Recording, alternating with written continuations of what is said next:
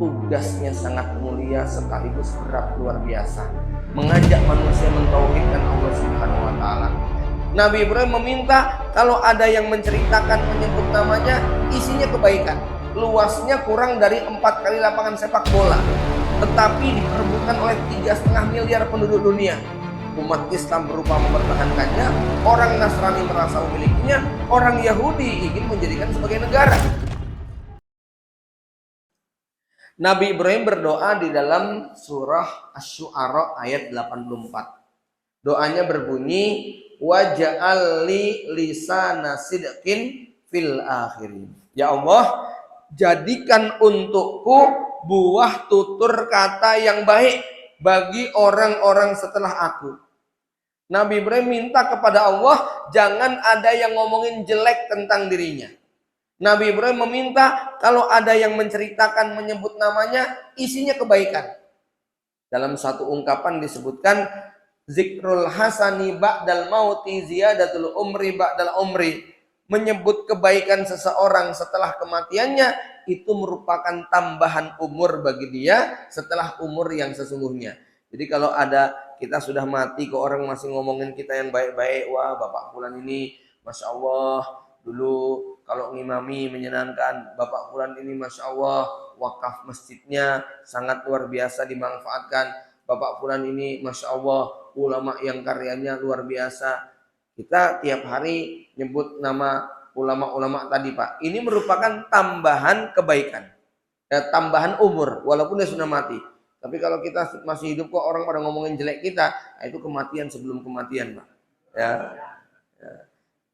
Jadi jangan suka berdalih, biarin orang ngomongin jelek tentang aku, itu transfer pahala. Iya, kalau Anda sudah berupaya berbuat baik kok masih ada yang gibahin, itu transfer pahala. Tapi kalau kita sengaja berbuat jahat, berbuat buruk di masyarakat, lalu orang akhirnya pada ngegibahin kita, itu kita sebagai penyebab dosa mereka. Gara-gara kita mereka jadi berbuat dosa. Itu loh. Ya. Nah, lain kalau kita ini sudah berupaya berbuat baik, kan tetap ada orang yang nggak suka dengan kita tuh Pak. Nah, itu baru transfer pahala. Ya. Tapi kalau kita hobinya bikin ontran-ontran yang aneh-aneh, yang pengennya supaya masuk koran, masuk media, yang isinya orang ngegosipin jelek tentang kita, nah itu kita sengaja memancing mereka berbuat dosa, ya. Bapak Ibu sekalian, selanjutnya doa yang kedua ini waj'alli lisana sidqin, jadikan aku omongan yang baik, gosip yang positif. Bapak Ibu sekalian, ada nggak sih orang yang betul-betul baik, nggak pernah berbuat salah sama sekali? Nggak ada. Manusia itu tempatnya salah dan dosa. Manusia itu makhluk pelupa. Tak terkecuali Nabi Ibrahim alaihissalam sebagai manusia, ada sisi-sisi yang menurut konteks sosial politik hari ini tentu dipermasalahkan. Ya, sebagai Nabi dan Rasul beliau maksum dari dosa besar. Walaupun beliau mengakui juga pernah berbuat bohong. Ini dalam satu hadis syafaat ya, di mana Nabi Ibrahim saat istrinya ditangkap oleh Raja Mesir, Nabi Ibrahim berpesan kepada istrinya, kalau kamu ditanya jangan ngaku istriku, bilang kamu adalah saudariku. Maksudnya Nabi Ibrahim, kamu tuh satu-satunya saudariku di muka bumi ini, karena di muka bumi ini gak ada yang beriman kecuali kamu. Tapi itu Nabi Ibrahim merasa bohong. Ya. Bapak Ibu sekalian, Nabiullah Ibrahim ini adalah nabi yang namanya paling harum. Semua manusia sangat mencintainya. Semua pemeluk agama sangat menyayanginya. Bukan hanya orang Islam, pengikut Rasulullah SAW, bahkan orang Yahudi, orang Nasrani pun sangat mencintai Nabi Ibrahim. Masya Allah loh Pak. Ya, nggak ada nabi dalam konteks ini seperti Nabi Ibrahim. Yang orang Yahudi memuliakan, orang Nasrani juga menghormati. Apalagi orang Islam.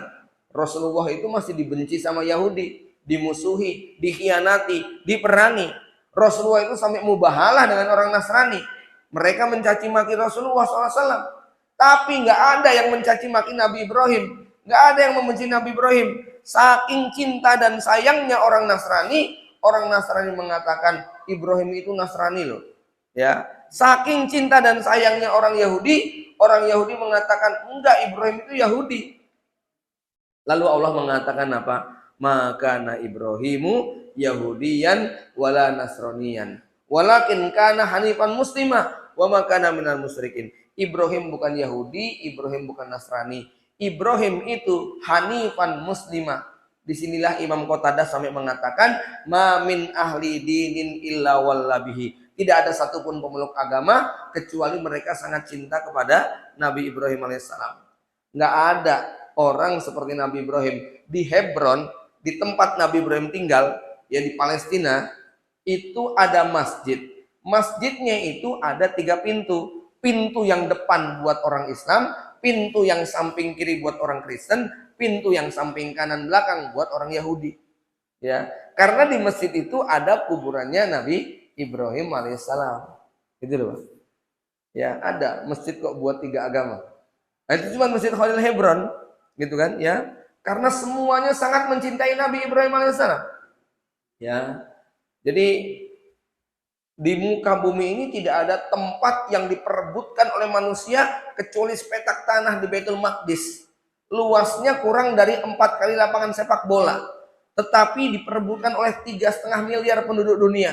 Umat Islam berupa mempertahankannya, orang Nasrani merasa memilikinya, orang Yahudi ingin menjadikan sebagai negara. Ya. Dan itu sampai kiamat. Masya Allah ya. Ini warisannya Nabi Ibrahim alaihissalam. Nah, Bapak Ibu sekalian, pertanyaannya apakah Nabi Ibrahim itu tidak memiliki kesalahan sosial? Kalau kita bawa pada konteks kekinian, maka yang dilakukan Nabi Ibrahim bisa sangat bermasalah kalau kita lakukan sekarang. Nih, misalnya di sini ada yang punya istri 2, terus yang satu taruh di ibu kota, yang satu di hutan belantara. Kira-kira disebut suami apa itu, Pak? Ayo, suami dolim, suami adil, suami yang bijaksana, mesti dikatakan suami yang dolim. Ada nggak yang berani menyebut Nabi Ibrahim suami dolim?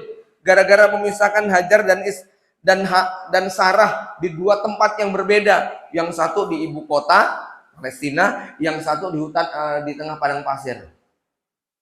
Siapa yang mengatakan Nabi Ibrahim dolim, dosa besar dia. Ya. Kalau yang dilakukan oleh Nabi Ibrahim alaihissalam, membawa kapak, menghancurkan patung, hanya menyisakan satu saja punya Raja Namrud, itu dilakukan oleh anak muda sekarang. Bawa kampak jalan-jalan ke Slamet Riyadi, terus ada patung di sana dihancurkan semua. Gak usah ke Slamet Riyadi lah, ke Simo aja lah, ke patung macan dihancurkan. Ya, coba akan disebut apa ini? Hah? Anda disebut apa kira-kira? Ya, minimal orang gila. Kalau ketahuan ngajinya ekstrim disebut sebagai radikal teroris ekstremis, kan begitu? Ini ngajinya di mana ini? Oh, ternyata lepas dari rumah sakit jiwa, ya. Jadi kalau dilakukan oleh anak muda sekarang mesti gitu. Pertanyaannya, ada nggak yang nyebut Nabi Ibrahim gila, ekstremis, teroris? Nggak ada, Pak. Nabi Ibrahim namanya tetap harum, ya. Seandainya yang dilakukan oleh Nabi Ibrahim berdebat dengan ayahnya, sampai ayahnya mengatakan la arjumannaka wahjurni maliya, tak rajam kamu him. Ibrahim mau dilempari batu sama bapaknya, diusir dari rumahnya. Karena Nabi Ibrahim bilang apa? Inni aroka wa qaumaka fi dhalalim mubin. Bapak dan teman-teman bapak itu sesat semuanya. Seandainya hari ini ada anak muda ngaji, terus ngomong kayak gitu sama bapaknya, disebut anak apa? Hah? Bapaknya masih suka bawa sesajen misalnya. Bapak ini sesat, menyesatkan, ya. Kira-kira disebut anak apa? Anak kurang ajar, anak durhaka. Ada nggak yang nyebut Nabi Ibrahim anak durhaka? Nggak ada, Pak. Ibrahim namanya harum, bersih dari segala macam tuduhan. Seandainya yang dilakukan oleh Ibrahim alaihissalam, ya, sampai kemudian meletakkan anak istrinya di tengah padang pasir kering kerontang, hanya dibekali air, dibekali kurma 1 gantang.